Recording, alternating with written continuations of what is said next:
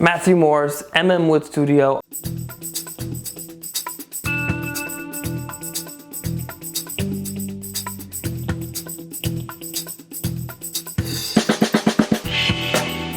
I'm here in front of my Gamble House rocking chair that I'm working on right now, and there's two planes in front of me.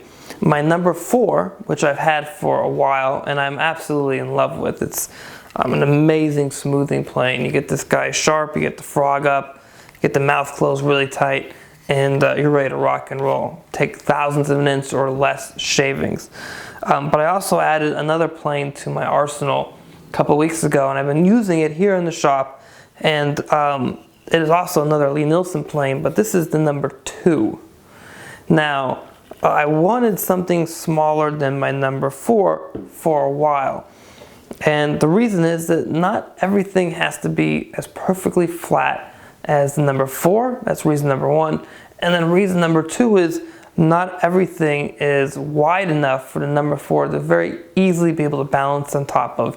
So like for instance on this rocking chair where I'm planing a rail or a stretcher, it doesn't need to be 100% flat. It just needs to have the appearance and the feeling of flat. On this project, what I wanted to do was I wanted to be able to, instead of using number 4 to plane the top of these rails and stretchers, I wanted to use something that was a little bit thinner but would still help me get a very smooth and relatively flat surface. And then so for that I reached for my number 2.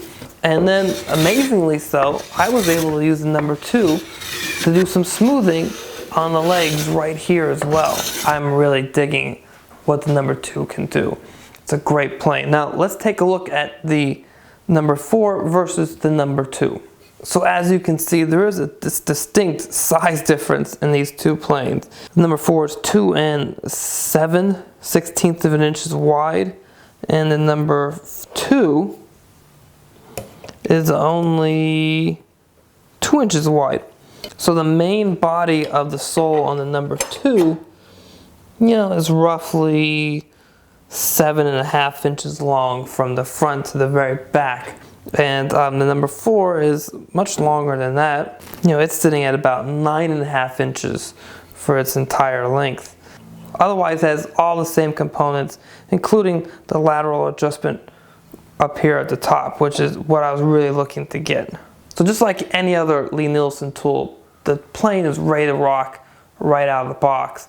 The only thing I had to do with this guy was to clean up a little bit of oil.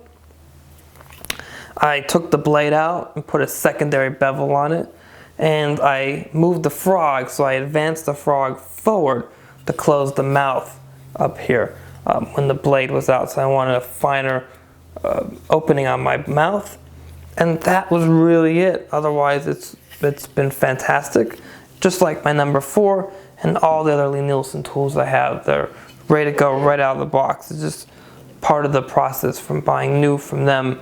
So that's it for my little review on my Lie-Nielsen number 2 smoothing plane. It's definitely going to have a front row spot in my tool cabinet. As always, please subscribe to the channel, share it with your friends, and I hope you guys have a great week in the shop.